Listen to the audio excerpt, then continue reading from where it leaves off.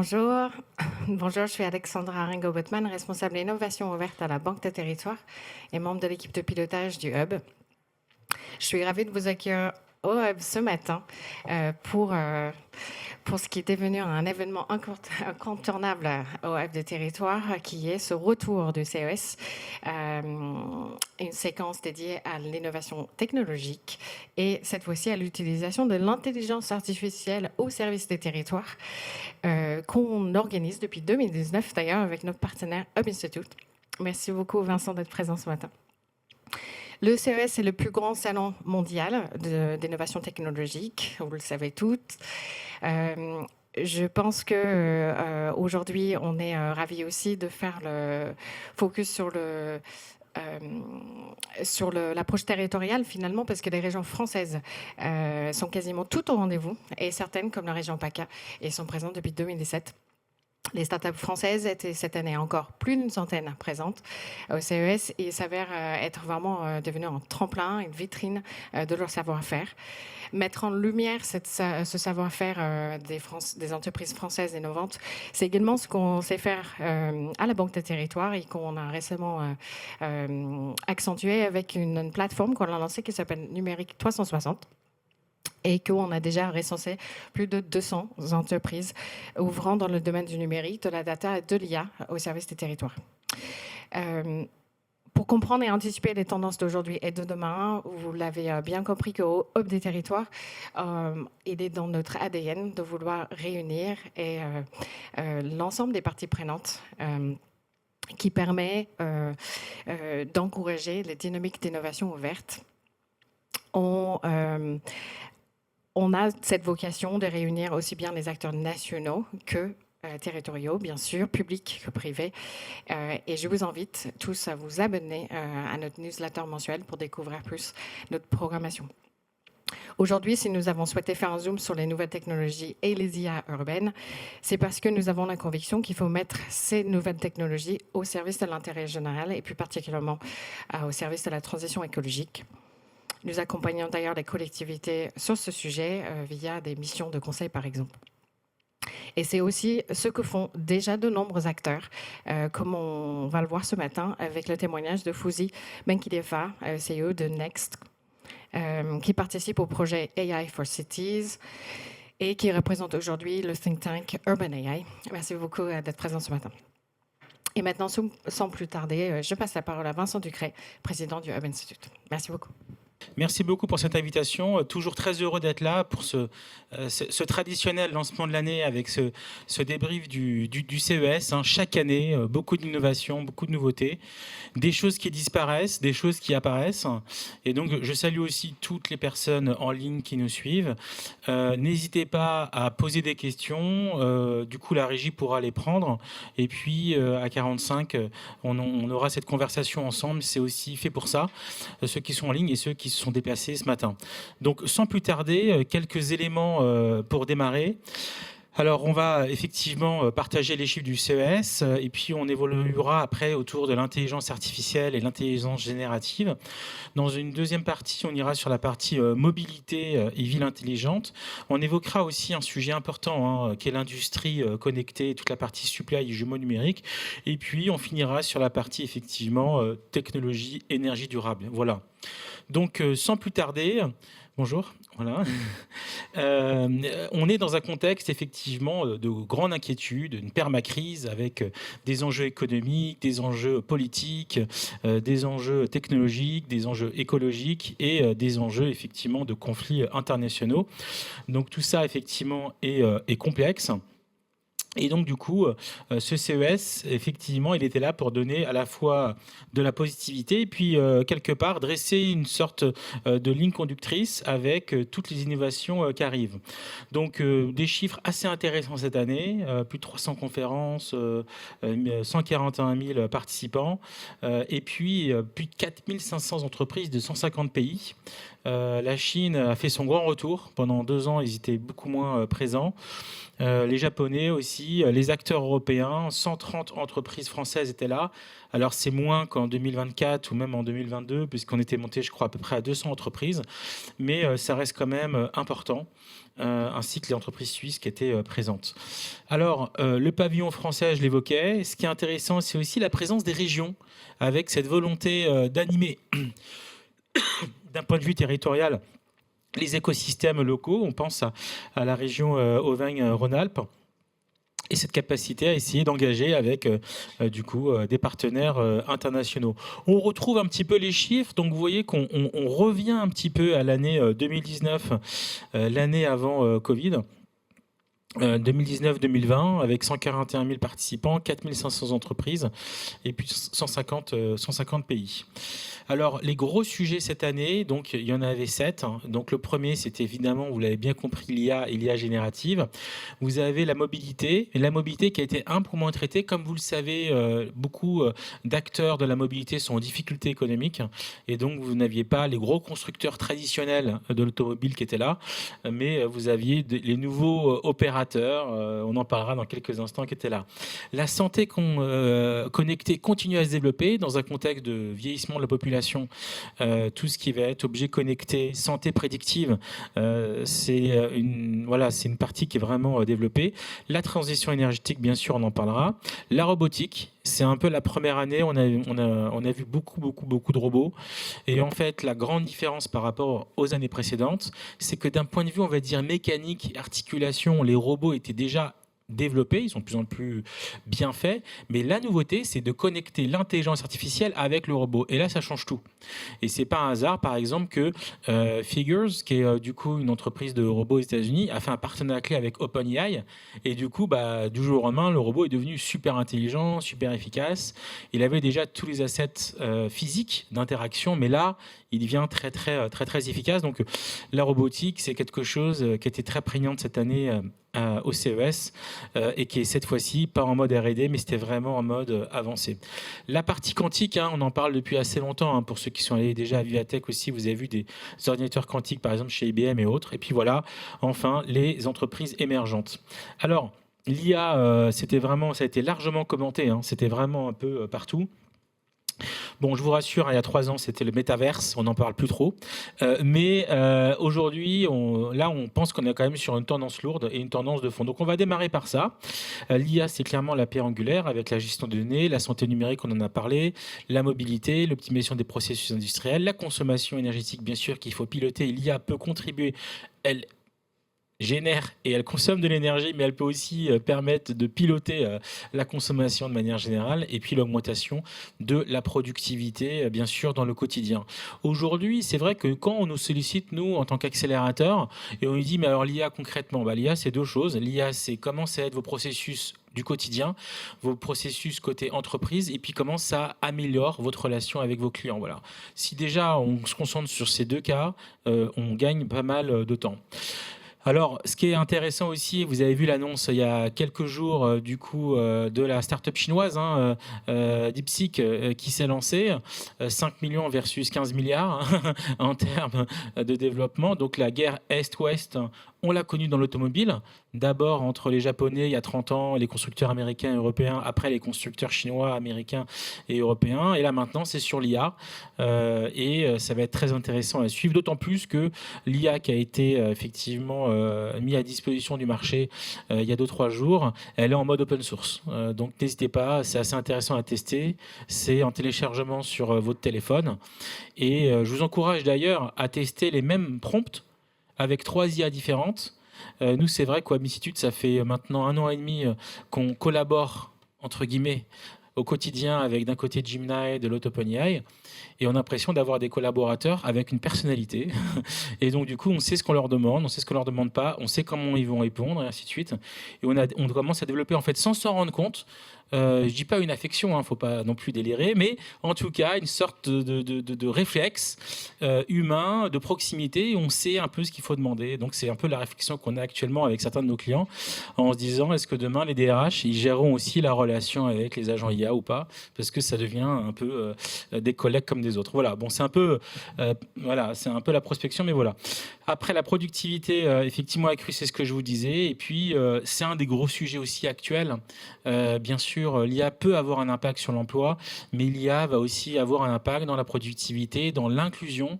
Nous, on le voit aussi à notre niveau, hein, quand on a la chance d'avoir des top alternants chez nous et qu'on les accompagne dans l'utilisation des outils, bah, tout de suite, on level up vraiment la manière de standardiser, de travailler. Et donc, ça, c'est plutôt intéressant. Alors, on le voit dans cette géopolitique de l'IA. Les États-Unis, c'est 36 milliards effectivement d'investissement avec 1400 accords technologiques. L'Europe, on n'est qu'à 8 à 9 milliards. Et l'Asie, on est à 8 milliards. Donc, vous le voyez, ça se passe quand même assez largement aux US. Et Afrique, 29 millions et 100 millions pour l'Amérique du Sud. Donc, il y a quand même une cristallisation forte des sujets IA. Et si, j'ai pas le slide après, mais je le connais, c'est la Californie et San Francisco qui correspondent plus ou moins à 9 milliards. C'est-à-dire San Francisco et la Californie, c'est autant que l'Europe en termes d'investissement IA. Juste pour vous donner une idée, on compare souvent le PIB de la Californie au PIB de la France et c'est intéressant parce qu'en termes d'investissement IA, eh ben, c'est le même niveau, non pas de la France, mais de l'Europe. Alors, ça, c'est important. Dans la géopolitique de l'IA, c'est suite à la volonté de l'administration Biden, effectivement, la capacité pour les pays d'acheter des puces NVIDIA. Et donc, si vous êtes dans les pays bleus, vous pouvez en acheter assez facilement. Ces puces, ces GPU qui permettent de faire des calculs d'IA et travailler sur vos propres intelligences. Les pays, du coup, en jaune, c'est déjà plus compliqué. Et les pays en rose, là, c'est très compliqué. Vous ne pouvez pas en acheter des puces, du coup, de haute compétence et de haut calcul. Voilà. Alors ça, c'était au CES. Et NVIDIA, qui est un peu la star du moment, il avait carrément loué un stade. Et il y avait 17 000 personnes qui assistaient au keynote de lancement pour annoncer les nouvelles puces et les nouveaux robots. Donc c'est un peu un record d'affluence pour un événement de lancement. Et vous avez donc son président ici qui présentait non seulement les nouvelles puces, mais aussi les nouveaux robots qui l'aident à justement être plus intelligents et plus autonomes. Alors, aujourd'hui, l'IA au sein d'entreprises, c'est plusieurs choses. D'abord, ça accélère votre transformation. Ça permet de développer aussi toute une logique de créativité. Quand vous avez des messages, par exemple, à faire pour aujourd'hui toutes les régions ou carrément des villes que vous ciblez, eh ben, avec l'IA, vous allez pouvoir créer de manière du coup synthétique, automatique, des communications graphiques extrêmement personnalisées pour un coût très faible. Et donc ça, c'est plutôt intéressant parce que ça marche très très bien et on vous encourage à le tester. Après, il y a un autre mot qu'il faut vraiment prendre en considération, c'est la multimodalité. C'est-à-dire, alors multimodal, on connaît en logistique, mais c'est un mot qu'on utilise aussi. C'est en fait l'idée que vous allez générer un texte, générer une image, générer une vidéo, générer un graphique, générer du code. Donc le multimodal, c'est ça. Et donc les IA qui se développent aujourd'hui, elles gèrent de plus en plus tous ces aspects. Vous rentrez une vidéo, ça vous retraite et ça le sort en texte. Vous sortez un texte, ça vous génère une vidéo et ainsi de suite. Donc le multimodal, il faut vous entraîner parce que c'est quelque chose qui va se généraliser dans le quotidien. Après, il y a un autre aspect, c'est l'automatisation. Sans rentrer dans les sujets no-code, c'est la capacité à connecter effectivement des plateformes entre elles. Et les agents IA vont de plus en plus, de manière active, rentrer dans ces plateformes de manière autonome pour pouvoir générer tout un process, à la différence des IA promptes comme les ChatGPT. Aujourd'hui, on pose une question, on a une réponse. Là, ce qui arrive, on pense à OpenAI Operator, ça va faire tout un process. Achète-moi un billet d'avion pour dans 15 jours, voici le contexte, et il va se connecter aussi, il va faire toute la démarche. Donc c'est assez intéressant dans le secteur public parce que par exemple sur des recherches par exemple de permis de construire, dans des recherches assez techniques, les opérateurs vont aller très très loin dans une démarche administrative et vont vous faire gagner beaucoup de temps. Encore faut-il que la donnée soit disponible et accessible. Mais en tout cas, nous on voit il y a vraiment un levier intéressant dans le secteur public et dans l'animation des territoires avec l'IA. Et justement, c'est le hasard, mais hier, OpenAI a lancé OpenAI Gov. donc une interface complète d'OpenAI dédiée au territoire et au gouvernement américain. Donc ça montre bien la volonté de ces acteurs technologiques d'accompagner les acteurs publics dans l'optimisation de leurs process et de leur productivité. Donc n'hésitez pas à aller sur et faire openai.gov ou gov et vous verrez un peu l'offre qu'ils mettent en place, qui n'est pas publique mais en tout cas qui est annoncée en termes de communication. Dernier point, l'accessibilité. Ça, c'est le combat de tous. Comment faire de l'IA un asset d'inclusivité ? On le sait, hein, nous on a échangé beaucoup par exemple avec Microsoft et on sait que leurs sites ils sont développés de telle manière qu'ils vont gérer les contrastes, aussi la capacité à ce que leur site soit développé pour tout type de handicap. Et aujourd'hui, l'IA doit aussi être investie pour permettre effectivement le plus en plus d'accessibilité à l'information et justement à l'utilisation de l'intelligence artificielle. Donc on le voit, hein, l'IA, c'est différentes étapes, hein. C'est un escalier, hein, et donc vous allez progressivement avancer dans son usage. Petit sondage, alors en ligne, ça va être difficile d'avoir les mains levées jaunes qui clignotent, mais dans la salle, qui utilise ChatGPT par exemple ?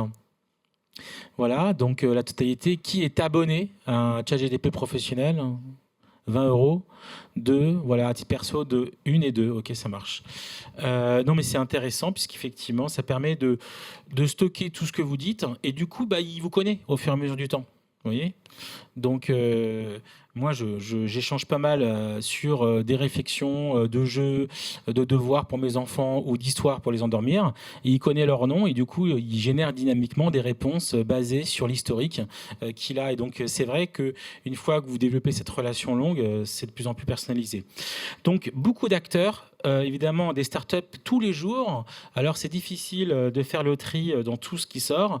Mais en fait, ce qu'on retient, c'est qu'à chaque usage, de plus en plus dans le futur, vous aurez une IA. Vous avez des large language models, des grands modèles de données, alors qui consomment beaucoup d'énergie, mais vous avez les SLM, les Small Language Models, qui arrivent et qui vont être extrêmement spécialisés. On voit des acteurs, par exemple, du droit, qui développent des IA pour le secteur juridique. Il y a des IA qui se développent autour des territoires et de tout ce qui est aménagement immobilier et construction. Donc de plus en plus, vous aurez des acteurs spécialisés. C'est un peu comme s'il y a 15 ans, on parlait du web de manière générale. Et évidemment, aujourd'hui, on voit bien que tout s'est verticalisé. Donc voilà, par exemple, Algos, c'est une agence qui effectivement met en place des traitements d'IA de type learning, qui permet effectivement de travailler sur des solutions personnalisées autour de la ville. Voilà. Alors l'IA n'attend pas, on l'a évoqué, hein, croissance en traitement, data, durabilité, agent et l'AGI bientôt. Ce que je vous propose maintenant, c'est de rentrer dans la deuxième étape, c'est la partie mobilité et ville intelligente. Alors, bon, les choses ont un peu évolué par rapport à l'année dernière. Même s'il y a une croissance des ventes des véhicules électriques, il y a quand même un tassement en fonction des pays. Il y a un retour aux véhicules hybrides, ça c'est intéressant. Tout ce qui va être l'autonomie des véhicules, c'est un gros sujet, mais c'est surtout la manière avec laquelle, et je vous montrerai quelques vidéos, les véhicules maintenant, ils sont autonomes. Et donc, on a, nous, testé beaucoup de taxis robots. On l'a fait en juin, on l'a fait en janvier, il y a un mois, avec Waymo, donc on a, je vous montre dans quelques instants, mais aujourd'hui ça marche et ça va scaler et donc ça va avoir un vrai impact sur les territoires et autres, on en parlera dans quelques instants. Les tensions géopolitiques, on en a parlé, et puis il y a toute la partie effectivement l'intégration de l'IA. Voilà. Alors, ce qui était intéressant au CES, c'était des annonces de mobilité hybride. Donc, par exemple, le camion LG qui permet, évidemment, vous avez un conducteur devant, mais derrière, vous avez des espaces qui sont flexibles, qui permettent, par exemple, dans un paysage rural dans lequel il n'y a pas trop de médecins, de pouvoir imaginer, comme il y a des dizaines d'années, avoir des cabines médicales, d'avoir d'autres services de l'administration qui peuvent se déplacer directement. Vous l'avez vu peut-être à Ivatech, il y a des initiatives pareilles de Renault et de Dassault Systèmes qui évoluent aussi dans cette idée-là. BM, vous le voyez juste à droite, alors ça on l'a vu un peu partout, c'est la capacité d'afficher sur le pare-brise des informations, et donc ça c'est en train de se multiplier en termes de développement pour garder le regard sur la route et pas sur le tableau de bord.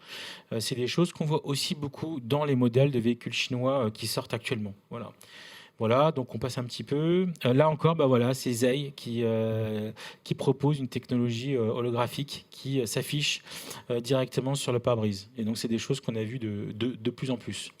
Voilà, on a aussi toute cette partie où les Google, les Amazon rentrent dans le tableau de bord, rentrent dans le véhicule, Apple aussi. Et ça redéfinit un peu le rapport de force entre les GAFA et les constructeurs automobiles. On retient aussi l'extension, alors nous on trouve ça ridicule, mais bon, ils continuent à le développer, l'extension de ces tunnels qu'une des filiales de la boîte Elon Musk, The Boring Company, a développé. Et donc en fait, juste pour retenir un peu le mindset d'un point de vue business d'Elon Musk, c'est comment atteindre un MVP avec le moins de budget possible et le plus rapidement possible. C'est-à-dire comment développer un produit accessible au marché, mais qui soit vraiment avec le strict nécessaire pour que ça coûte le moins cher possible et que ça puisse être mis sur le marché le plus cher possible. Donc c'est pour ça que par exemple les Tesla, c'est minimaliste à l'intérieur, vous voyez. Et là, vous avez du coup un tunnel qui n'est pas du tout légal en Europe. Ce sont des tunnels qui sont beaucoup plus étroits que les tunnels qu'on voit, dans lesquels il n'y a pas de sortie de secours et dans lesquels, en fait, vous pouvez à peine ouvrir la portière de la voiture si vous calez. Donc pour les claustros, c'est pas la bonne idée. Okay, nous, on l'a fait. Bon, et je vous promets, hein, au début, vous rentrez, mais vous vous dites, mais on va rentrer dans ce trou, vous voyez, et c'est très étroit et c'est très long. Donc là, vous voyez la ligne verte, c'est la ligne qui a été développée, et en violet, vous avez les extensions qui sont en cours. Voilà. Et vous ne pouvez pas conduire. Vous avez une Tesla qui vous récupère avec un chauffeur et il vous emmène d'un point A du CES à un point B du CES. Après, c'est censé tourner toute l'année, mais dans un contexte européen, franchement, on ne voit pas comment ça serait possible. Quand vous voyez, par exemple, le tunnel de la Manche, c'est un peu extrême, mais combien vous avez de tunnels de sécurité en plus en cas de problème, de sortie de secours. N'importe quel pont parisien, tous les 20 mètres, vous avez une sortie de secours. Enfin bon, voilà. Là, c'est l'autre extrême, mais il faut le vivre, c'est intéressant. Voilà. Alors, passons maintenant au sujet des communautés et des villes intelligentes. Donc, effectivement, alors la ville intelligente, hein, bien sûr, c'est des termes qu'on a pris, qu'on a enlevés, qu'on a remis. Il y a évidemment le sujet derrière de la ville durable. Aujourd'hui, ce qu'on constate, hein, et puis l'IA chinoise qui est sortie il y a 2 jours le montre, hein. Aujourd'hui, on va arriver via l'IA de plus en plus à développer des intelligences qui sont de plus en plus petites et qui consomment de moins en moins d'énergie. Ok ? Et donc, du coup, le schéma où, en fait, on a des volumes de données de plus en plus importants, ça c'est vrai, mais qui consomment sur des serveurs de plus en plus gros, bah, pas forcément, parce qu'on le voit, vous avez des technologies disruptives qui permettent de consommer de moins en moins de données, du coup de moins en moins d'énergie. Donc bien sûr, la 5G, l'Internet des objets, la mobilité urbaine améliorée, on va en parler, l'IA dans les enjeux de sécurité urbaine, évidemment, dans la gouvernance de la ville et des territoires, et le jumeau numérique, bien sûr, qui continue à se développer. Donc, de plus en plus de hubs européens, je passe un petit peu, mais j'aimerais m'arrêter ici parce que ça, c'est un projet que nous, en tant que think tank, on suit depuis 3-4 ans. C'est au Japon. Et c'est Toyota qui construit cette ville Woven City, pardon, en bas du mont Fuji, comme vous pouvez le voir. Une ville éco-responsable, avec beaucoup de bois, qui intègre énormément de robotique et évidemment qui est aussi qui est alimentée par l'hydrogène. Et donc c'est un vrai laboratoire vivant. Et donc là, ils ont annoncé le lancement de la ville, un premier tronçon avec une centaine de résidents d'ici la fin d'année, 360 résidents maximum. Et donc, ils vont vraiment tester le concept du futur de la ville selon Toyota. Et donc, c'est éco-conçu, éco-responsable, en intégrant aussi le futur des mobilités. Et nous, on sera intéressés de voir d'un côté NEOM, le projet saoudien, et de l'autre Woven City, qui est beaucoup plus petit et rationnel et éco-responsable, et voir un peu sur la durée qu'est-ce qui va avoir le plus d'impact et qui va être le plus dupliqué à l'international, tout simplement. Voilà. Alors, d'autres choses qu'on voit, et ça c'est une tendance mondiale, en fait, vous avez toute une partie de population qui veulent vivre de manière ou nomade ou reculer des villes. Et donc vous avez maintenant une offre assez forte de maisons clés en main qui vous sont livrées dans un container, enfin sur un camion, quoi. Ouais. et de micro-maisons. Et donc, quand on pense par exemple que la pénurie de logements, par exemple, dans des endroits comme ou San Francisco ou d'autres, bah, il y a pas mal de gens qui vivent dans des campings ou à l'arrière de mobile home. Et donc, il y a des offres un peu plus premium qui sont développées, qui marchent très bien. Il y a aussi beaucoup d'acteurs chinois qui sont développés là-dessus. Ce sont donc les micro-maisons et qui intègrent comme ça tout ce qu'il faut pour vivre, avec, comme vous le voyez sur LG aussi, les panneaux solaires, avec un système de traitement d'eau, un système d'auto-génération d'énergie. Voilà, avec cette idée effectivement de pouvoir effectivement avancer. Alors, nous, ce qu'on suit aussi, c'est cette idée que en fait, dans pas mal de villes, la partie effectivement de tout ce qui est feu de circulation commence à devenir intelligent. Des acteurs français comme La Croix, bien sûr, sont très présents et sont des acteurs connus.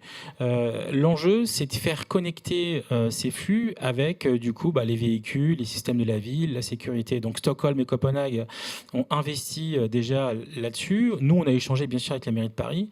Après, le sujet, c'est qu'il y a quand même un coût non négligeable actuellement à un pare-feu pour le rendre intelligent. Et aujourd'hui, les budgets ne sont pas investis là-dessus forcément. Le CAP aussi, qui a mis en place les compteurs intelligents, ça on connaît ici évidemment déjà. Mais c'est des choses qui vont se développer. Et ça permet du coup de faire de la maintenance prédictive, de déplacer le bon opérateur pour réparer le feu défectueux, mais d'avoir une information en IoT, faire de la surveillance et puis effectivement répondre aux urgences. Alors, on connaît bien sûr tout ce qui est GPS externe, mais là, depuis 2 ans, et ils étaient présents au CES, il y a beaucoup d'enjeux autour des GPS internes. Il y a des enjeux de sécurité, bien évidemment, pour se projeter dans des univers en cas de problème, d'intervention et autres, mais il y a aussi des enjeux pour les consommateurs, les passagers, les visiteurs, de pouvoir se mouvoir dans un univers du coup fermé dans lequel ils puissent se positionner. Et donc, vous avez beaucoup d'acteurs qui se sont spécialisés comme ça pour accompagner les gens dans un univers qui ne sont pas couverts forcément par le GPS. Voilà. Alors, bien sûr, il y a toujours des sujets en Europe sur la sécurité des villes. On bosse beaucoup, non pas sur des caméras comme en Asie et autres, mais plutôt sur des calculs d'ombre pour compter le nombre de personnes, ainsi de suite. Il y a beaucoup de choses qui se développent là-dessus. Et petit aparté, comme vous le savez, on l'avait partagé, hein, c'était il y a 1 an, le paiement, par exemple en Chine, on va payer avec la reconnaissance faciale. Vous savez, en Chine, on ne sort plus sa carte bleue. Ce qui émerge, c'est plus le visage, figurez-vous, c'est la paume de la main. Ça émerge en Chine, ça a été repris par Alipay, et ça émerge aux États-Unis ou Amazon, dans les Whole Foods, donc c'est comme le Carrefour. Et bien, vous pouvez payer avec la paume de la main maintenant. Vous téléchargez Amazon One, c'est une application, vous scannez votre paume de la main et du coup ça se connecte au système de paiement et vous passez en caisse et là vous mettez juste votre paume de la main et ça y est, vous avez payé, ça a débité votre compte. Et on sait qu'en France, des gros acteurs du paiement, des terminaux carte bleue bossent sur la reconnaissance de la paume, qui est beaucoup moins intrusif que le visage et qui pourrait être peut-être en RGPD validé un jour. Voilà. Donc je vous garde ça en tête pour vous dire qu'effectivement la paume de la main c'est moins anxiogène que la reconnaissance du visage parce que c'est des choses qui se développent aujourd'hui au niveau du paiement aux États-Unis et en Chine. Passons maintenant aux véhicules électriques. Alors, véhicules électriques, il y a eu effectivement pas mal d'avancées. Ce qui est toujours intéressant au CES, c'est d'avoir ces véhicules hybrides, roulants, volants. Alors, il y a eu pas mal de tests qui ont été faits. Et Xpeng, vous voyez, c'est la 3e photo à droite. Je regarde juste après, ouais. En fait, c'est un peu comme une Tesla Cybertruck, là. Sauf que dans son coffre, il a un mini hélicoptère électrique qui transporte directement. Et donc, vous pouvez vous mouvoir avec le véhicule. Et quand vous voulez faire un parcours touristique, eh ben, vous décollez directement avec le Xpeng Aero HT, qui est un petit modèle voilà, que vous pouvez utiliser. Donc, nous, on a vu les vidéos YouTube. Alors, il était en démo là-bas, évidemment, sans décoller. Mais on a vu des vidéos YouTube où on voit des flottes, effectivement, de Xpeng décoller. C'est assez impressionnant. Voilà. Voilà. Et puis d'autres tests, vous voyez les caravanes électriques de luxe, là, le P-Bank Flow, et puis des véhicules volants comme le Manta Air. Alors, Ça a vraiment retenu notre attention. C'est un moteur, en gros, qui tient dans une roue de véhicule. Ouais. Et donc, en fait, vous imaginez du coup tout ce que ça changerait en termes de design automobile, en termes de poids, du coup en termes de consommation d'énergie pour se mouvoir, si on arrivait à faire tenir dans quelques années ou à distribuer dans les roues des mini-moteurs qui du coup feraient avancer le véhicule directement. Donc ça, je vous encourage vraiment à creuser le donut là, parce que là, on est vraiment sur quelque chose qui est disruptif. Et on est au tout début de cette démarche. Et donc, si eux, ils ont réussi à le faire, des acteurs, il y a peut-être d'autres acteurs qui vont se positionner là-dessus. Voilà. Alors, sur l'adoption, effectivement, des véhicules électriques, même s'il est en développement dans un certain nombre de zones et de pays, on pense à la Chine, il est quand même en ralentissement en Europe. Et il est sûr que l'évolution, la politique et l'Union européenne sur le sujet n'encouragent pas le consommateur à se projeter, n'est-ce pas ? Et puis, l'autre problème du véhicule électrique, vous le connaissez, c'est le marché de la seconde main, où en fait il y a une frilosité forte du consommateur à acheter un véhicule électrique parce qu'il y a ce trou noir qui est la qualité de la batterie et sa durée de vie. Et quand on connaît le prix de remplacement d'une batterie, voire du non-remplacement d'une batterie, c'est difficile par rapport à un véhicule thermique. Donc il faut adresser ce vrai problème pour que des flottes de véhicules électriques dans les villes accélèrent et les territoires. Je voudrais quand même souligner ce qui s'est passé à Valoris. Vous avez suivi l'appel d'offres des véhicules de la police municipale, non ? Donc, en fait, la ville voulait s'équiper de véhicules électriques, normal. Et il n'y a que Tesla qui a bidé, Renault s'est pas présenté et Peugeot s'est pas présenté. Du coup, la ville, elle roule en Tesla. C'est pas normal. C'est pas normal. Et donc, du coup, il faut aussi voir par rapport aux constructeurs européens pourquoi ils vont pas sur des AO de villes où les villes vont de plus en plus de véhicules publics, autant qu'ils achètent des véhicules d'entreprises européennes. Vous voyez ce que je veux dire ? Mais allez voir ce cas, c'est très intéressant. Nous, on échange avec la ville, on voudrait les faire témoigner et tout de ce qu'ils ont vécu. Bon, voilà, donc du coup, il faut y aller, il faut interagir avec ces acteurs qui sont militants, qui veulent avancer, mais qui ne se sentent pas assez soutenus. Alors, sur les bornes électriques, on va passer parce qu'il y en a une palanquée. Je retiens juste un truc. C'est en gros la recharge à induction. Vous avez entendu parler de la recharge à induction ? Okay. Donc induction, la casserole, le téléphone, induction, et maintenant les véhicules. Donc vous avez un véhicule, c'était présent au Mondial de l'Auto si vous y êtes allé, et le véhicule se positionne, et il se positionne juste au-dessus d'un cercle qui alimente sans connexion la voiture qui va se recharger. Ok ? Et donc, c'est très intéressant parce que du coup, il n'y a plus de friction, on ne sort plus de son véhicule. On arrive au bureau, on arrive chez soi, on arrive dans un aéroport, on se gare et la voiture se recharge toute seule. Il y a deux sujets à ça. Un, il y a des électrons qui disparaissent dans l'air. Donc effectivement, dans un contexte qu'on connaît nous en Europe, de contexte électrique compliqué, c'est embêtant. Et en même temps, si on est dans une logique de service, il faudra intégrer le coût humain de l'ETP qui s'occupe de charger le véhicule versus le véhicule qui se recharge tout seul. Donc ça, c'est pas le truc qu'on a fait, mais il faut que vous intégriez ça parce que la recharge par induction va se développer. Vous n'avez peut-être pas forcément assisté au lancement du robot-taxi de Tesla d'Elon Musk il y a quelques mois, mais ce robot-taxi est à induction. Et donc, il n'y a aucune prise pour le brancher. Il était en exposition Place de la Madeleine pendant quelques semaines en décembre, et il n'y avait aucune prise. Nous, on allait le voir et tout, c'est assez impressionnant. Il se recharge uniquement par induction. Il est autonome et par induction. Ça veut dire qu'il rentre dans son entrepôt, il se met sur une recharge et il se recharge pendant la nuit, c'est reparti. Il n'y a plus d'humain derrière qui va interagir avec lui. Il y a même un robot qui le nettoie, c'est pour vous dire. Voilà, donc je voulais juste que vous reteniez ici qu'il n'y a pas que le sujet des bornes électriques avec prise. Il y a le sujet à induction qui va forcément monter à un moment pour une question de praticité. Le problème, c'est la perte d'énergie qui disparaît entre l'induction et le véhicule. Voilà. Donc des batteries, des acteurs, tout ça est complexe. La Chine, évidemment, est leader là-dessus. Il faut suivre une entreprise comme KTL, CATL, TL, qui est le leader mondial de la batterie. Tesla fait aussi énormément de batteries et vend des batteries à des constructeurs européens. Ça, vous ne le savez pas forcément. Mais Tesla n'est pas uniquement un opérateur de véhicules, c'est aussi un acteur de batterie. Et pour la petite histoire, puisque j'ai beaucoup de chance de visiter l'usine d'un autre constructeur chinois qui s'appelle BYD, il y a des acteurs qui ont démarré par la batterie. Voilà. Alors, la tension entre la Chine et les États-Unis, je pense qu'on est au clair. L'électrification, bien sûr, on en parle beaucoup. Il y a toute la partie, effectivement, de batteries intelligentes qui se développe. Beaucoup de recherches là-dessus, des usines qui se montent, beaucoup d'investissements sur la batterie. On sait que c'est le futur. Certains acteurs ont peut-être démarré un peu trop tôt, mais en tout cas... il va falloir suivre ça de près. C'est aussi pas mal d'emplois et d'impact sur l'environnement parce qu'il faudra traiter la seconde main. En seconde main, ces batteries qui seront arrivées en fin de vie dans quelques années. En général, on évoque entre 7 et 10 ans, effectivement, l'usage d'une batterie. Alors, on parlait effectivement des acteurs chinois. Et donc, les acteurs chinois, c'est un peu les acteurs japonais dans la mobilité d'il y a 30 ans. On peut s'attendre à ce qu'ils récupèrent progressivement entre 50% du marché. Hein. C'est quelque chose qui va être impressionnant.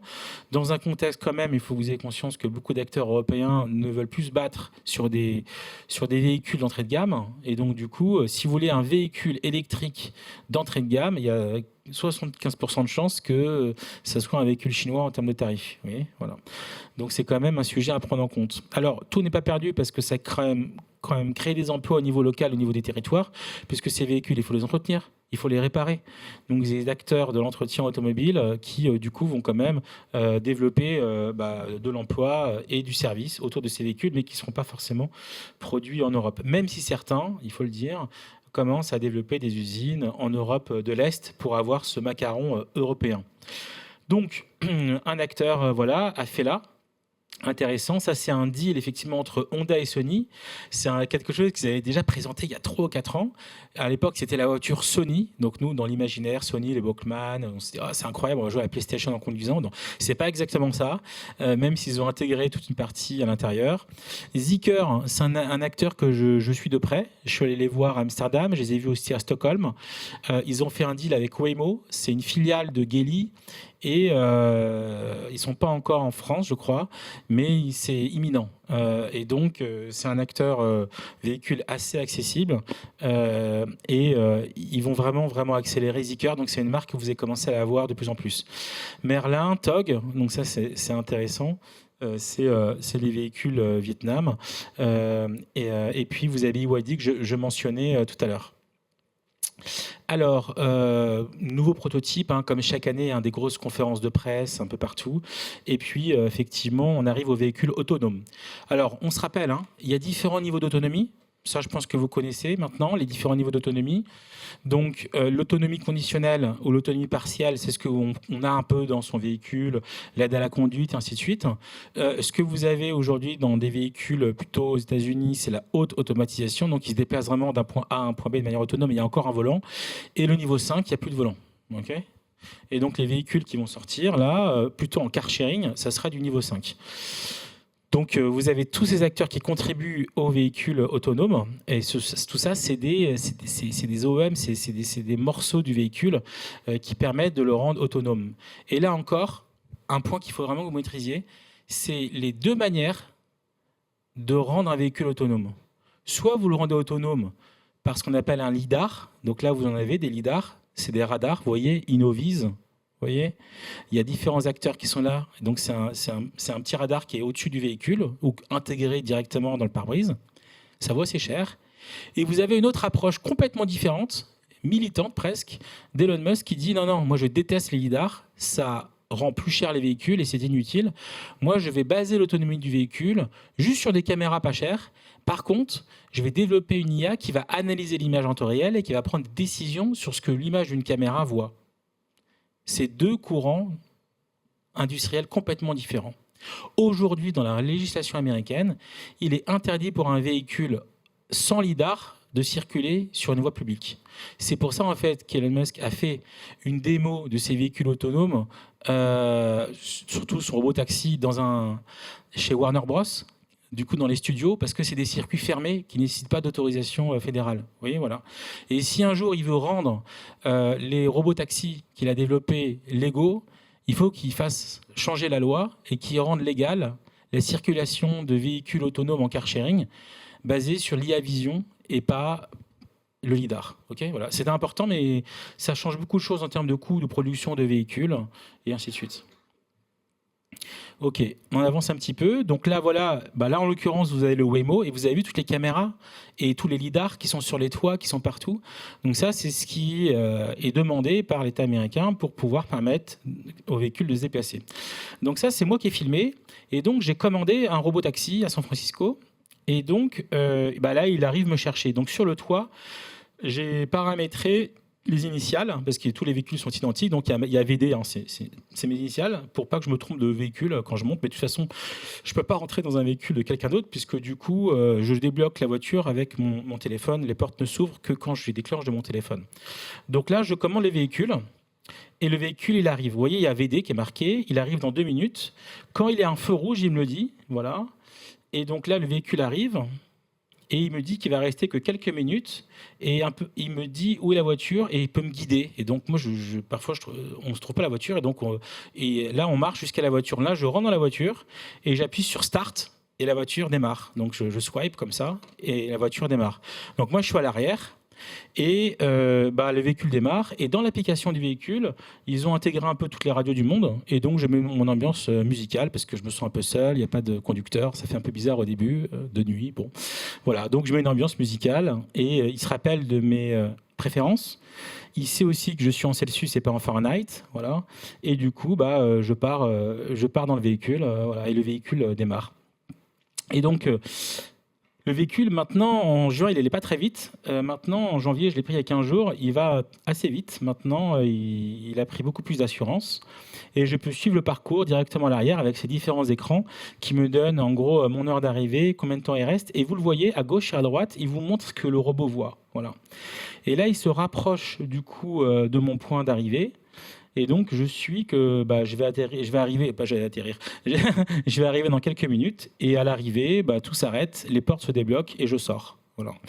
Donc, il y a aussi des sorties d'urgence que j'ai utilisées une fois, pas parce que j'ai un problème, mais parce que les voitures étaient mal garées à droite et qui refusaient de s'arrêter et qu'il fallait que je sorte. Donc, j'ai fait drop-off, il s'est arrêté sur la gauche et je suis sorti directement.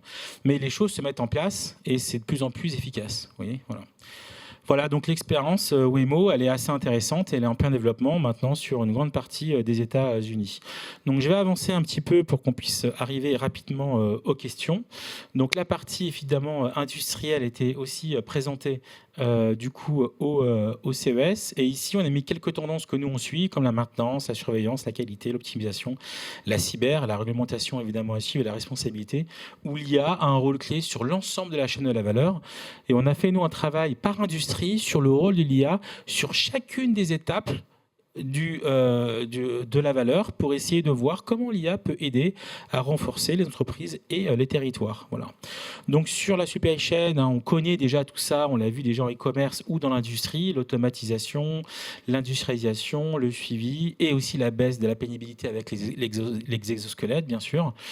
Le dernier kilomètre, et puis voilà, on a tout ce qui est jumeaux numériques qui continue à se développer, que vous connaissez bien, avec des acteurs qui continuent à bien avancer. Dassault Systèmes, un champion français qu'on a qui cartonne à l'international, mais il y a d'autres acteurs spécialisés aussi qu'on suit. Et puis voilà, après vous en avez qui sont spécialisés par industrie, évidemment, pour essayer d'aider les gens à prévoir et à prédire ce qui pourrait se passer pour prendre les meilleures décisions avant d'investir. Pour finir sur les solutions environnementales, on est dans un contexte effectivement de transition mondiale sur lesquels malheureusement vous avez vu le décrochage américain il y a quelques jours avec la sortie des accords de Paris, c'est quand même assez triste, mais il y a quand même une volonté forte de l'Asie, de l'Europe et de plein d'autres pays, de plein de zones du monde de maintenir la pression sur la baisse. Et donc nous on suit, voilà, 3 startups, Harleum, algues bio et Capture 6. Je vous encourage vraiment à suivre sur l'optimisation, la capture du CO2 dans l'air, voilà, le bioplastique, des carburants propres. Il y a beaucoup de choses qui se passent. Voilà encore 3 autres startups. De toute façon, vous aurez les slides, ne vous inquiétez pas. Mais il faut vraiment voir ces entreprises qui sont extrêmement inspirationnelles sur un futur vraiment frugal et en même temps efficace pour nos villes et nos territoires. Et l'innovation, nous on le voit, elle vient de plus en plus aussi de pays africains, du Moyen-Orient, elle vient un peu partout et c'est quand même plaisant à voir. Il y a tout le sujet autour de l'eau, bien sûr, donc beaucoup d'investissements autour de l'eau qui est fait. La vie autour de l'eau aussi. Quand j'étais à San Francisco, j'ai pu me rendre à San Salito, qui est la ville en face de San Francisco. Et il faut le savoir, vous allez avoir 1 à 2 mètres d'augmentation du niveau de la mer. Et donc, vous allez avoir beaucoup de villes côtières du littoral qui vont avoir un vrai sujet là-dessus. Et donc, vous avez des concepts comme ça qui se développent. Je passerai rapidement sur la partie du dernier kilomètre dans un contexte urbain qui continue à se développer aux États-Unis ou dans des campus aussi américains, dans des circuits fermés. Voilà.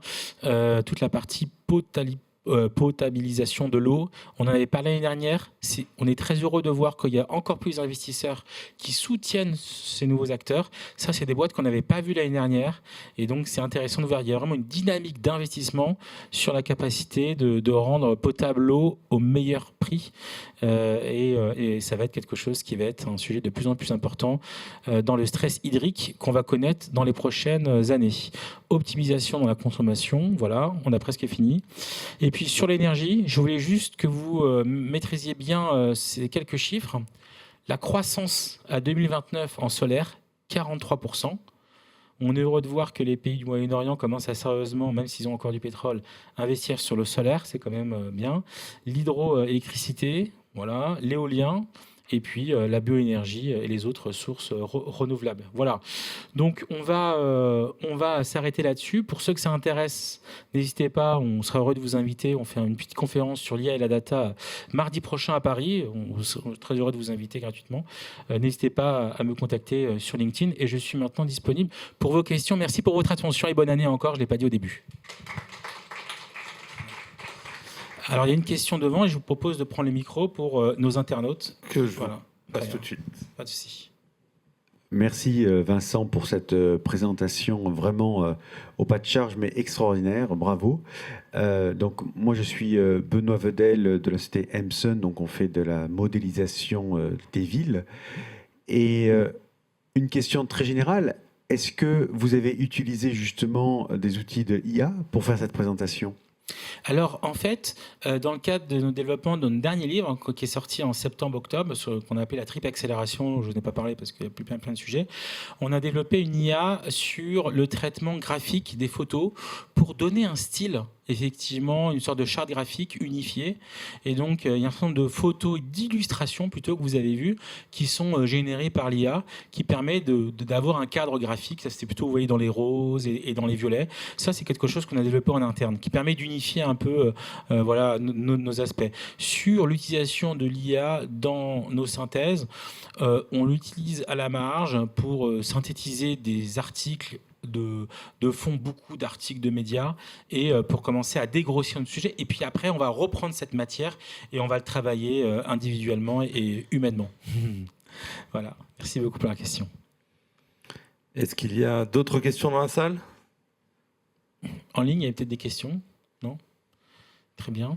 Alors moi peut-être je pourrais te demander, toi qui as une longue expérience du CES, est-ce qu'il y a un certain nombre d'innovations que tu as observées les années précédentes et qui aujourd'hui font pchit ou ont fait pchit ? Alors, ce qui est assez intéressant, en fait, c'est la manière dont le CES organise ses stands et ses zones. Ils les organisent sous la forme, ils appellent ça, eux, des marketplaces. Je sais pas, bon, voilà. Donc, par exemple, nous, on se rappelle de la marketplace de l'impression 3D. Et à une certaine époque, c'était énorme. Il y avait des dizaines et des dizaines de stands de prestataires d'impression 3D et la marketplace a totalement disparu. Et donc nous, en tant qu'analystes, on n'est pas là pour uniquement voir les stands, on est aussi là pour voir l'évolution des marketplaces sectorielles, ce qui permet de jauger du coup de l'adéquation et du market fit entre une offre et une demande. Vous pouvez avoir une année, par exemple, on l'a eu il y a 3 ans, des rangées entières de trottinettes électriques chinoises qui voulaient trouver des distributeurs européens qui étaient au CES. Et puis, 2 ans plus tard, beaucoup moins d'acteurs sur ce sujet. Ils sont plutôt repartis sur le vélo et ainsi de suite. Donc, c'est assez intéressant. Donc, il y a beaucoup de choses qui font pchit. Et puis, il faut le dire aussi, on est en Europe. Donc, il y a beaucoup de choses qui ne seront jamais homologuées pour fonctionner en Europe aussi. Et donc, c'est aussi intéressant pour nous de faire le tri entre ce qui peut marcher, ce qui va marcher et ce qui va marcher en Europe. C'est un filtre encore plus supplémentaire. Vous voyez, voilà. Mais c'est vrai qu'au CES, on a quand même une sens de fond. Donc, par exemple, tout ce qui va être lié à l'accompagnement des personnes âgées en termes de mobilité, de sensors, de maintien à domicile, avec toute la partie santé connectée. Ça, c'est des choses auxquelles, en fait, il y a vraiment un gros avenir. On a eu l'occasion aussi de discuter pas mal d'investisseurs dans la Silicon Valley et tout ce qui est santé prédictive. Aujourd'hui, on est plutôt sur du curatif en France. On va à l'hôpital quand on est malade. Là, il y a, dans les modèles, l'idée, c'est de vous abonner à un service entre, 500 et 1000 euros par an et vous faire des checks sur 300 ou 400 points de mesure. Et du coup, ça permet d'anticiper des futurs problèmes et de les traiter avant qu'ils arrivent. Et du coup, ça fait dépenser moins d'argent potentiellement à l'État. Voilà. Donc, sur cette partie de santé, beaucoup d'investissements et beaucoup de démonstrations. Et alors, en ligne, on a juste une question avant de redonner la parole à la salle sur l'inclusion. Oui. Est-ce que l'intelligence artificielle peut finalement réduire les fractures numériques qu'on observe et si oui, de quelle sorte? Alors, il y a les fractures numériques et les fractures sociales aussi. Je pense par exemple à la traduction automatique. Je discutais avec la deuxième ville de France et au kiosque d'accueil des personnes qui arrivent, à peu près 20 à 25% des gens ne parlent pas français. Et ils ont besoin de services publics. Et ils peuvent parler avec plein de dialectes différents. Et aujourd'hui, l'IA pourrait tout à fait traiter ces dialectes et les traduire en temps réel en français pour permettre à l'agent public de servir encore plus de monde. Vous voyez, voilà. C'est un exemple, mais concret. On se dit, mais pourquoi voilà. Donc aujourd'hui, vous avez des cas comme ça d'inclusion qui permettraient effectivement, voilà.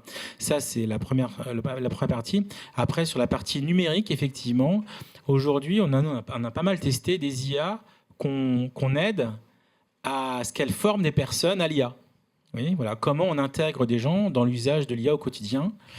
On l'a vu aussi, on a testé avec des personnes âgées leur capacité à parler à un chat GDP tous les jours comme compagnon pour échanger sur n'importe quel sujet. C'est aussi des choses qui développent pour lutter contre la solitude.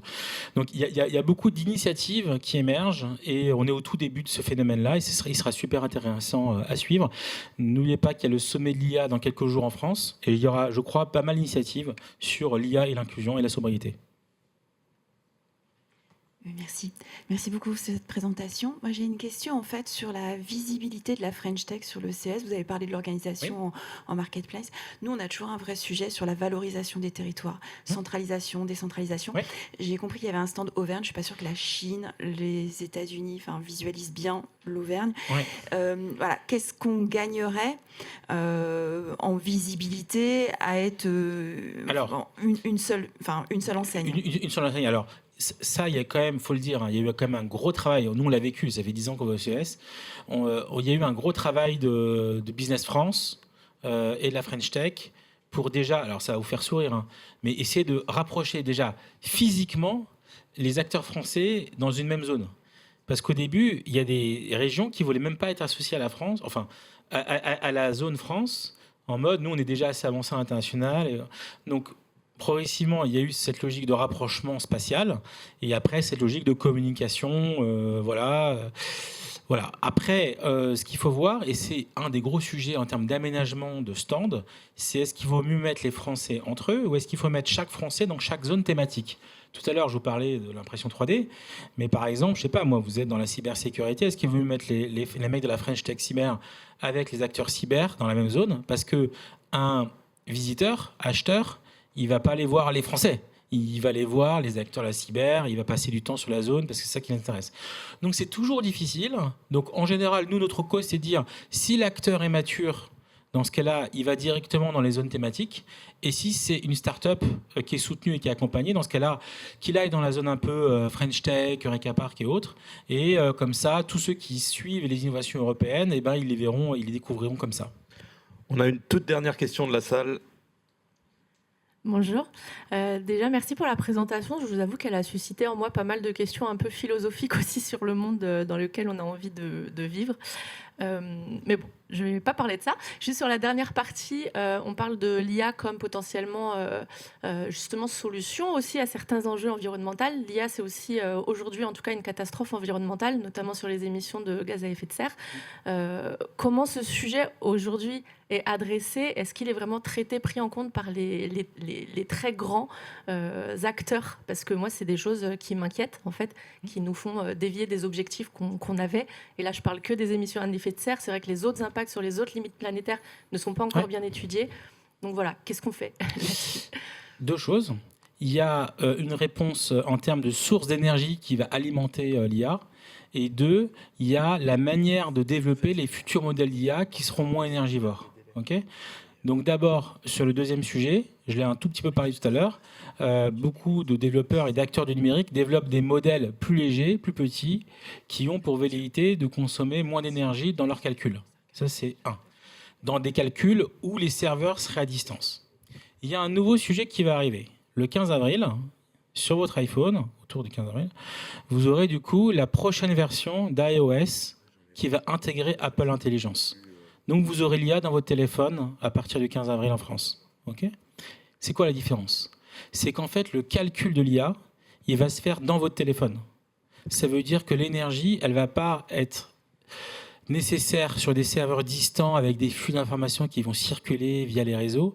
Ça va se faire directement sur votre téléphone. Donc en fait, un peu comme dans l'industrie, je ne sais pas si vous suivez un peu ce qu'on appelle le edge computing, ou du coup la capacité à mettre des zones de calcul sur les morceaux de la chaîne de montage, et ben du coup, de plus en plus, le calcul de l'IA va être décentralisé directement plus près du consommateur.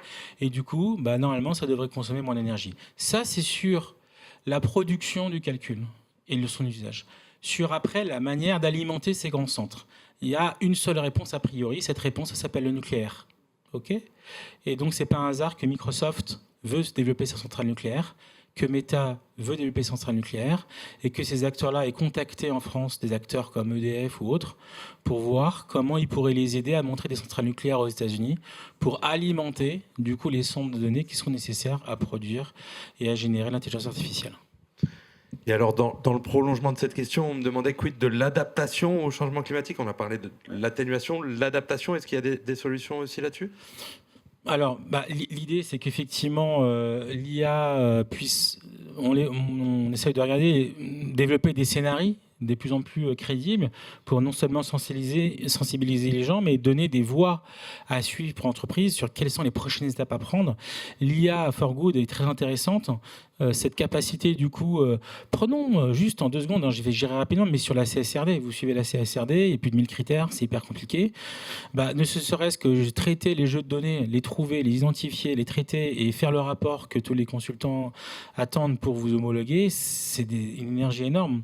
Et l'IA, une fois qu'elle aura intégré ces critères, elle pourra mieux aider les directions d'entreprise à piloter du coup, et être dans ce rôle militant de recommandation. Là, on est dans une phase initiale de captation des données d'impact pour pouvoir après les intégrer et faire des recommandations. Donc, l'IA va dans son sens, et je pense qu'elle va avoir un gros impact sur le pilotage de la protection de l'environnement. Eh ben, on arrive à la fin du temps imparti. Mille merci. Merci pour l'invitation. À l'année prochaine, comme on dit.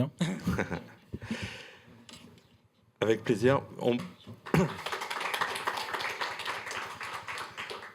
Il y a une dernière question de la salle à laquelle l'intervenant suivant pourra peut-être répondre, puisque j'invite maintenant Fouzi Ben Khalifa, qui fait partie du City Climate Intelligence et qui préside la société Next, qui va faire un petit focus sur l'intelligence artificielle au service des villes et des territoires. Je crois qu'on avait un sujet de PowerPoint, mais tout est en ordre maintenant. A priori, j'espère. En tout cas, merci de l'invitation. Donc, j'interviens aujourd'hui à la fois en qualité de membre du think tank Urban AI et on était aussi à l'initiative de 2 programmes dédiés à l'IA dans les villes. L'un qui s'appelle City Climate Intelligence, donc je vous laisse découvrir ça sur le web, et un second qui a un pré-procurement process, pré-commercial procurement process de la Commission européenne qui s'appelle AI for Cities. Et donc l'idée, alors aujourd'hui, dans la présentation, c'est plutôt de vous faire part de l'IA telle qu'elle est utilisée aujourd'hui. Ce que vous avez vu au CES Las Vegas, c'est un peu l'avenir du futur, avec des scénarios plus ou moins, on va dire, réalistes pour certaines technologies. La question, en fait, de la transition des territoires, elle passe avant tout par la capacité des collectivités à pouvoir mobiliser de l'information. Les territoires n'ont jamais autant généré de données. Les territoires n'ont jamais autant, par que ce soit par par les déplacements de leurs habitants, par la question des objets connectés, par un certain nombre de dispositifs, les territoires génèrent de la donnée. Pour autant, aujourd'hui, ce sont à peu près les derniers, ou du moins les laissés pour compte, de la mobilisation de ces données. Ça va bénéficier à la chaîne logistique de Amazon, ça va bénéficier à des services d'ubérisation d'un certain nombre de dispositifs. Et on constate encore un déficit assez fort en termes de compréhension de ce qui se passe sur les territoires de la part des collectivités, alors qu'elles ont un agenda qui n'a jamais été aussi important.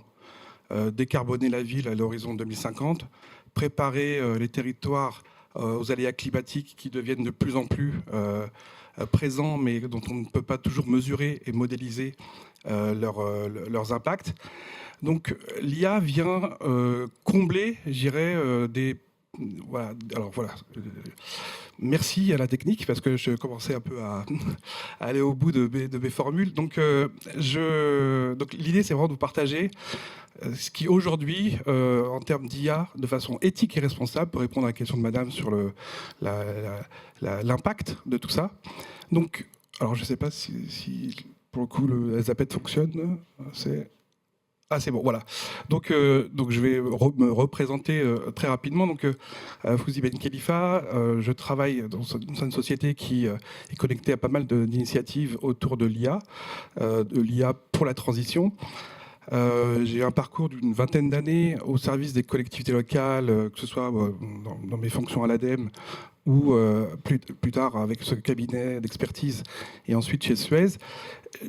Je suis associé à la fois des chercheurs et des experts en IA parce qu'il y a cette question. Alors, d'un point de vue international, on parle de information gap. C'est-à-dire qu'il y a un décalage entre l'information dont les villes ont besoin pour agir et l'information disponible. Et c'est vraiment ça qu'on a essayé de traiter. Et on a pu le faire grâce notamment à la mobilisation des dernières connaissances en sciences climatiques, en IA. Et je vais vous présenter quelques exemples. Alors, c'est quoi l'intérêt de l'IA et la data science pour la transition écologique? Alors, premièrement, il y a un problème, ne serait-ce que de la nature des données urbaines. Une entreprise, c'est une chaîne logistique qui est assez bien connue. On connaît ses bâtiments, très bien. On connaît sa chaîne logistique, on connaît sa chaîne de production. Tout est mesurable, reportable, vérifiable. On n'a pas de problématique de connaissances particulières, si ce n'est, bien sûr, voilà, le bon management. Dans une ville, les données sont beaucoup plus hétérogènes. Elles viennent de systèmes qui sont disparates. On ne mesure pas de la même façon ce qui se passe dans les bâtiments publics, dans les bâtiments sociaux, logements sociaux, dans la mobilité. Donc on a des référentiels géographiques qui sont différents. Dans un cas, ça va être une parcelle, dans l'autre cas, ça va être un point de géolocalisation, dans l'autre cas, ça va être un point de livraison. Tout ça, c'est pas des sources de données qui ne sont pas faites pour dialoguer ensemble à la base. Donc déjà, vous n'êtes pas avec un tableur Excel d'une entreprise, vous êtes avec quelque chose qui est de nature très hétérogène, voire hétéroclite. Par ailleurs, tout n'est pas renseigné comme une entreprise. Voilà. Donc il y a vraiment des lacunes dès qu'on comprend un peu mieux quel peut être le potentiel, par exemple, une énergie renouvelable dans tel tel quartier, est-ce qu'on a vraiment la bonne hauteur des bâtiments, l'orientation des toitures et autres? Et est-ce que, quand on veut modéliser tel impact du réchauffement climatique, on a bien toutes les informations? Donc, il y a vraiment déjà un déficit aussi dans la qualité de la donnée, parce que tout simplement, elle ne dépend pas de la collectivité, elle dépend de la mise à disposition de tous les acteurs. Et troisième point, c'est des données qui sont aussi complexes, parce qu'elles sont multi-échelles, et puis elles sont dynamiques, parce que une route, elle est fréquentée différemment dans la journée. Les bâtiments vont consommer différemment selon la rigueur climatique. Il y a plein d'éléments qui vont faire qu'on n'a pas une image instantanée qui va être valable 100% du temps. Donc, toutes ces difficultés expliquent pourquoi les villes ont eu plus de retard, entre guillemets, ou de difficultés à se doter d'outils de connaissance. Et l'IA vient un peu simplement comme une règle simple, c'est-à-dire je peux désormais automatiser des règles logiques, les massifier et pouvoir avoir une capacité, l'IA couplée à ce qu'on va appeler le cloud computing, le calcul en ligne. Parce que ces mêmes techniques existaient. L'IA, les techniques de data science et d'IA, ils existent depuis les années 40. La seule chose, c'est qu'il vous fallait des salles de serveurs pour pouvoir faire le moindre calcul. Là, désormais, c'est beaucoup plus accessible parce que le calcul en ligne s'est démocratisé. Donc, c'est la combinaison de ces techniques et de, la virtualisation des investissements informatiques et leur coût beaucoup plus modeste qu'ils ne pouvaient être par le passé, qui fait qu'on peut maintenant, envisager l'utilisation de l'IA de façon plus démocratique, de façon plus environnementale, on verra. Mais d'un point de vue de l'accessibilité, c'est beaucoup plus évident. On peut monter une start-up avec 2 personnes et faire basculer un géant des cartes graphiques, par exemple. Vous avez vu l'exemple cette semaine. Donc l'idée, c'est vraiment d'utiliser l'IA pour permettre de structurer ces données, pouvoir les qualifier, les rendre cohérentes et interopérables, les enrichir de façon à la fois qualitative, mais aussi leur permettre d'avoir une caractéristique prédictive, et puis pouvoir aussi, une fois faite cette modélisation, faire en sorte que ces données territoriales permettent aussi de l'aide à la décision et pas simplement du constat. Alors prend un petit peu de temps sur le passage. Voilà. Alors, quels sont les types d'IA qui sont appliqués au territoire? Il y en a plein, mais on va les résumer par 4 images. Il y a ce qu'on appelle l'IA symbolique. C'est des successions de règles qu'on va retrouver pour dire s'il se passe tel événement ou si on constate cela, il va réagir comme ci, réagir comme ça. C'est notamment, par exemple, ce qu'on va constater sur l'optimisation des feux de circulation ou à partir d'un niveau de congestion, un niveau de trafic, on va mettre en place une onde verte ou une onde rouge. Il y a l'apprentissage profond, le deep learning, qui est utilisé pas mal en analyse d'images, ce qu'on appelle computer vision, qui permet à la fois de faire la reconnaissance faciale, mais aussi analyser des images satellitaires pour en détecter des panaches de pollution, pour qualifier les sols de façon sur différents aspects. Il y a ce qu'on appelle l'apprentissage massif, donc c'est le machine learning. Et donc ça, c'est plutôt une capacité à modéliser et à apprendre de cette modélisation pour pouvoir avoir des approches prédictives dans le trafic ou pouvoir mieux comprendre les consommations énergétiques. Et puis le dernier qui a démocratisé le terme IA, mais qui a attiré plus d'attention, l'IA générative, qui est celle qu'on utilise entre guillemets dans les bots ou dans les chats et qui permet aussi, par ses capacités entre guillemets d'ingénierie créative qu'il y a derrière, aussi de simuler des visions, des scénarios de planification. Alors, ça, c'est les 4 grandes catégories. On va passer en revue quelques petits exemples, et puis après, on ira dans un projet concret. Donc, IA et risques sanitaires, ça, c'est vraiment les travaux de Urban AI que je vous partage. Le problème qui était posé pour la ville de Montréal, c'était d'avoir une meilleure prédictibilité de la qualité de l'eau, notamment la concentration d'E. coli sur des espaces qui sont dédiés aux loisirs et autres. Et donc là, pour le coup, le type d'IA qui a été utilisé, c'est l'apprentissage profond, donc deep learning, couplé à la prévision hydrologique. Et donc, on a cette solution qui permet d'avoir une analyse prédictive des épisodes qui permettent de garder un équivalent du pavillon bleu. Sur la gestion des déchets, un exemple français, donc Max AI, qui est déployé à Amiens notamment, c'est d'améliorer le tri. J'aime pas le tri sélectif, c'est un peu un pléonasme, un tri sélectif, et bon, améliorer le tri dans les centres de recyclage. Et donc là, c'est l'analyse d'images et l'apprentissage qui permet à la machine de mieux orienter les flux et d'avoir une solution où les opérateurs vont consacrer leur savoir-faire sur des parties moins évidentes pour la machine, donc réduisent un peu aussi la pénibilité.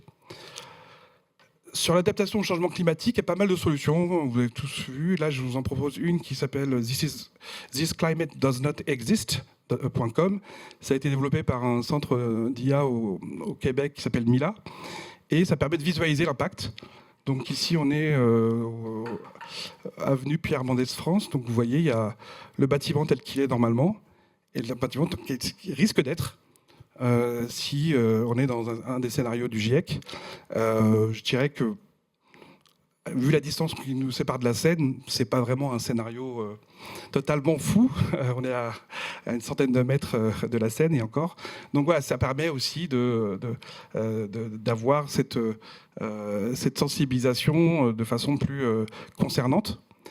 Et dernier point, j'aime bien cet exemple, c'est Transport for London, donc c'est l'autorité organisatrice des transports à Londres, qui, je crois, délègue à RATP, je crois, là-bas, qui en fait a tiré parti des données des utilisateurs de Citymapper. En prenant, là c'est la collectivité qui prend en main les données générées par les applis pour mieux comprendre, mieux connaître quels sont les besoins et de pouvoir ainsi adapter de façon plus dynamique la desserte et les itinéraires. Donc ça, c'est vraiment quelque chose que je trouve intéressant parce que là, pour le coup, je crois qu'il y a aussi la possibilité pour les collectivités de demander aux opérateurs d'appli de libérer leurs données, que ce soit Citymapper, que ce soit, je crois, même Waze. Donc, il y a cette capacité-là. Et on a le même principe sur les trajets cyclables avec l'application GeoVélo qui permet...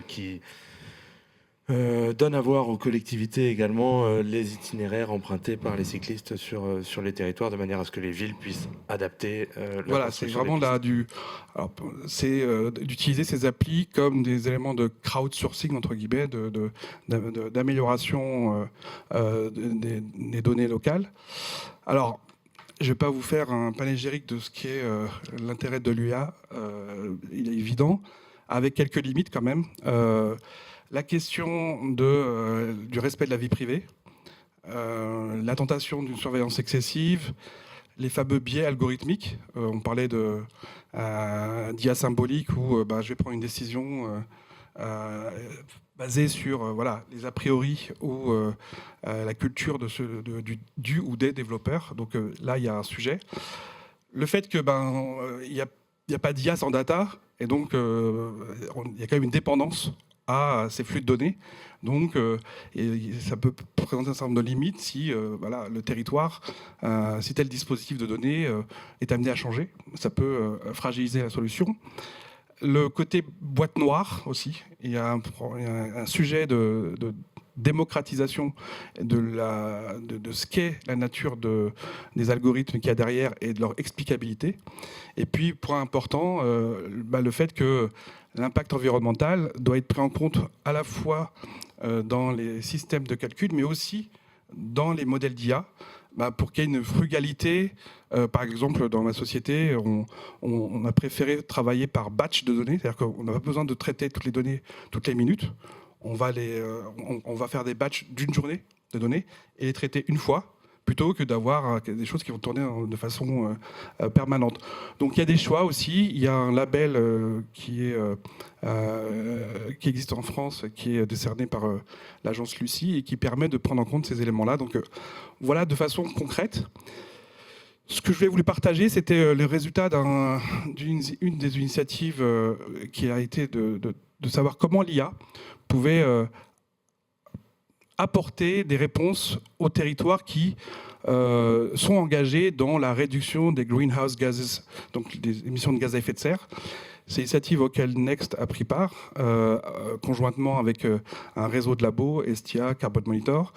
Ça préfigure un travail qui est mené avec l'ISO sur un futur standard et un institut qui s'appelle RMI, un Rocky Mountain Institute, qui est un équivalent énergétique de Urban AI aux États-Unis. Donc la question, en fait, c'était comment on peut accélérer la transition à l'échelle d'une ville et quelle est la nature de ce manque de données.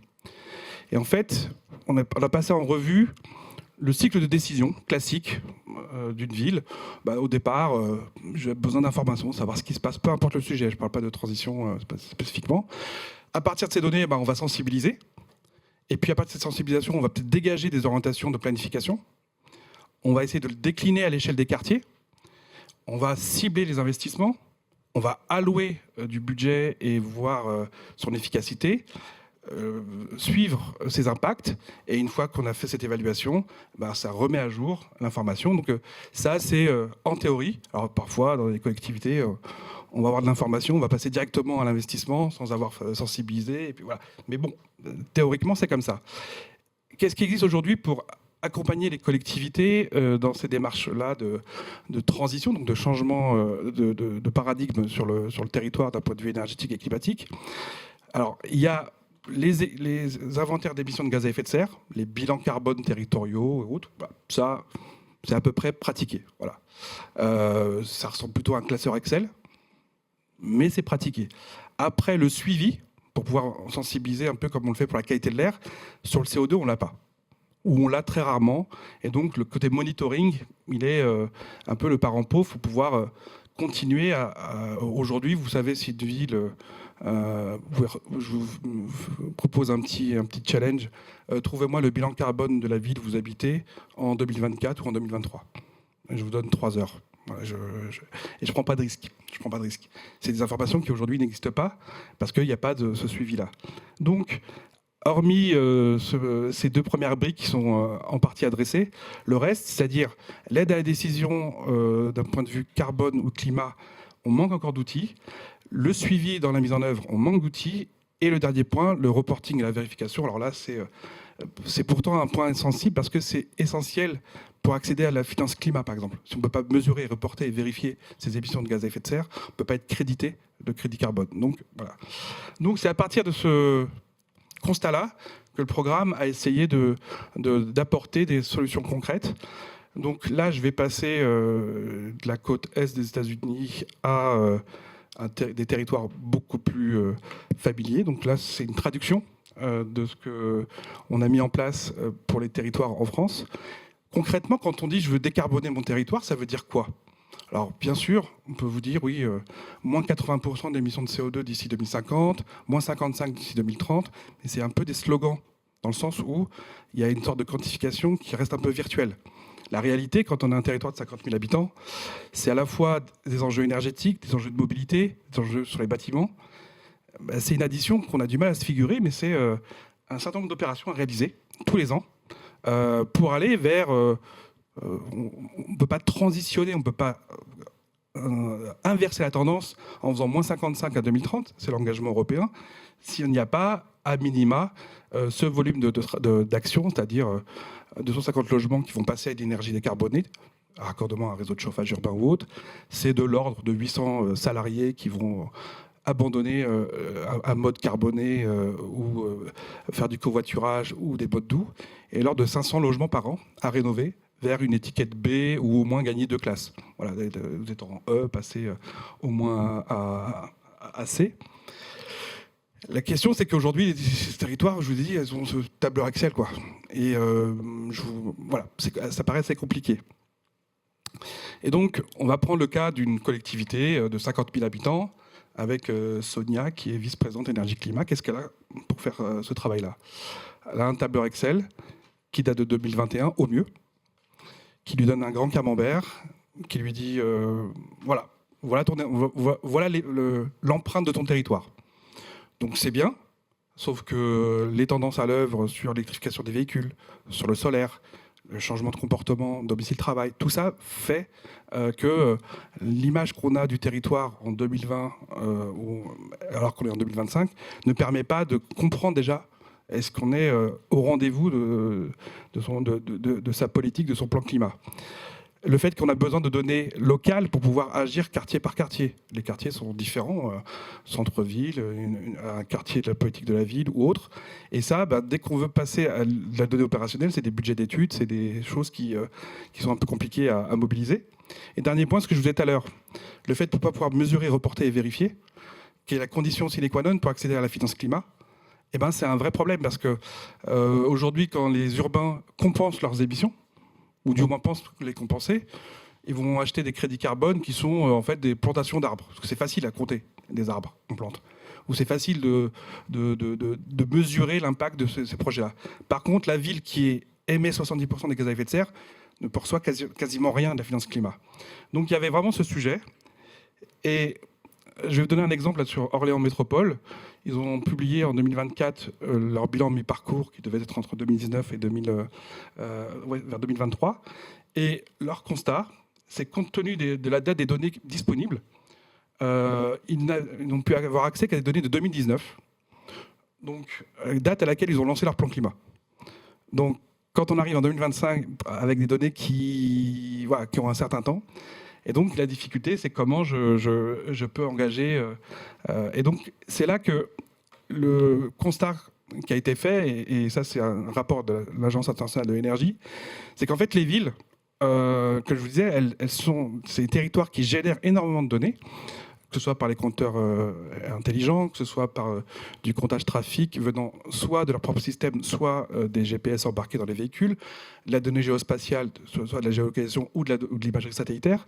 Et en fait, les difficultés que je vous ai présentées tout à l'heure font que, d'après ce rapport de l'AIE, il y a moins de 10% de ces données qui sont exploitées. Et généralement, c'est souvent les données de qualité de l'air. Là, on a une information assez réactive.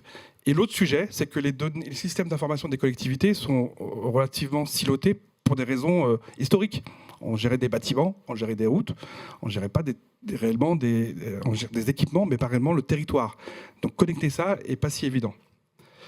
Donc tout le travail a été de pouvoir connecter les différents systèmes qui décrivent les bâtiments, les routes, les infrastructures, avec des systèmes qui collectent les données énergétiques et le trafic routier. Et là, l'IA permet de faire cette fusion de données. Là, l'immense avantage, c'est que ces systèmes-là, pour la plupart, que ce soit les données GPS venant des véhicules, que ce soit les données venant des opérateurs énergétiques comme Enedis ou GRDF en France, ou Créos au Luxembourg ou d'autres ailleurs, on peut récupérer un historique. Donc on peut avoir une sorte de vision, on peut aussi remonter le temps. Quand je déploie ce type de plateforme, je vais pouvoir avoir aussi une analyse de ce qui s'est passé. Parce que les données satellitaires, elles ont un historique, les données GPS, elles ont un historique, les données de consommation, elles ont un historique. Donc c'est pas uniquement un snapshot, c'est une vision aussi un peu, on va dire, avec une perspective sur les évolutions. Donc, je vais passer là-dessus, mais un exemple qu'on a déployé pour la ville de Paris, enfin, du moins que la ville de Paris utilise dans le cadre de son plan climat, la piste cyclable rue de Rivoli. Vous l'avez tous vu, pour certains, à l'occasion des JO, c'est la piste cyclable qui longe les Tuileries, le Louvre, voilà. Donc on est passé d'une 2x2 voies à une piste cyclable bidirectionnelle. On sait que ça a coûté de l'ordre de 2,5 millions d'euros, à minima, donc c'est quand même pas rien. Et une difficulté à ce stade d'évaluer l'impact CO2 parce que la rue de Rivoli, il aurait fallu compter ça depuis le début. Bon, ça n'a pas été fait. Et puis, il y a potentiellement des reports sur les quais rive droite, les quais rive gauche, le boulevard Saint-Germain. Donc, grâce à la mobilisation des données GPS et autres, et le recalcul de ce bilan en temps continu, il a été possible d'évaluer la situation telle qu'elle était en 2019. Le sujet s'est posé en 2024. C'est ce que je veux dire. Et là, en faisant ce bilan, on s'est avéré que, certes, rue de Rivoli avait baissé de plus de 2/3. Logique, quand on a une 2x2 voies qui devient une seule voie voiture et une piste cyclable double.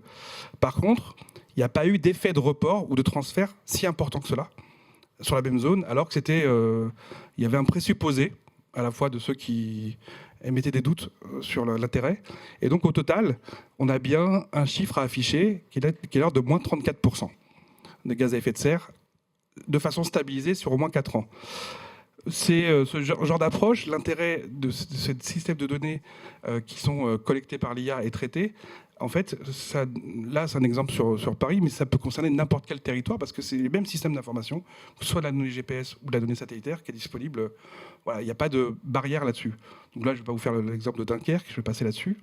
Mais les rues aux écoles, c'est un programme dans la ville de Paris, pareil, pour évaluer l'impact de ce dispositif d'apaisement du trafic aux alentours des écoles, le ciblage de la rénovation énergétique.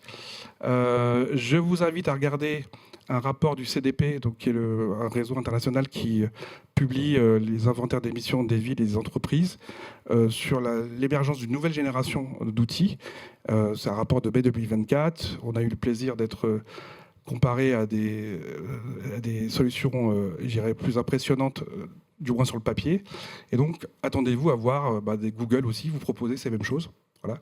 Et pour notre satisfaction, on a plutôt été, voilà, ça s'est plutôt bien passé pour nous. Voilà, donc je vous invite, si vous voulez en savoir plus, à vous inscrire, si vous le souhaitez, à un webinaire qui aura lieu le 18 mars prochain. C'est piloté avec le réseau Idealco. Il y aura le témoignage de la ville de Paris et d'autres villes, et qui porte sur la possibilité, grâce à une IA responsable, de planifier et suivre sa transition énergétique. Donc voilà, c'est gratuit, il n'y a pas besoin de... Voilà. Et dernier mot, et pas des moindres, et ce n'est pas une formule, réussir la décarbonation des villes, l'IA est utile.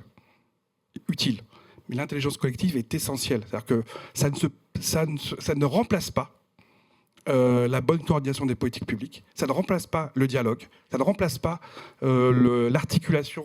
Ça, c'est vraiment un point... et c'est vrai, quand j'avais parlé à François tout à l'heure, je dis ouais, ça fait un peu punchline, mais c'est la réalité. Parce que mettre des couches d'intelligence et de data sur des systèmes de décision qui sont, je dirais, pas nécessairement les plus pertinents, bon, on peut toujours guider un âne par un GPS, mais ça reste ça, quoi. Voilà. Donc vraiment, l'IA, j'en suis convaincu, et je viens du domaine de l'environnement, permet de traiter ces sujets-là, mais le préalable, c'est ce travail de coordination des acteurs, et l'IA ne reste qu'un outil. Je vous remercie. Désolé, je l'ai fait un peu en mode machin parce que un peu. C'est parfait puisqu'on est pile dans les temps et il est midi 29. On a prévu de terminer à midi 30. Peut-être une mini question avant de vous laisser la parole. Oui, merci Fouzi pour cette présentation très riche. Juste une question, est-ce qu'il y a des métropoles ou des territoires qui sont un petit peu en avance en France sur l'intégration de l'IA pour la décarbonation ? L'exemple que je viens de vous donner, c'est la ville de Paris et sa direction transition écologique et climatique, donc la DTEC. Oui, eux, ils sont nettement en avance. La métropole du Grand Paris fait beaucoup de travail là-dessus.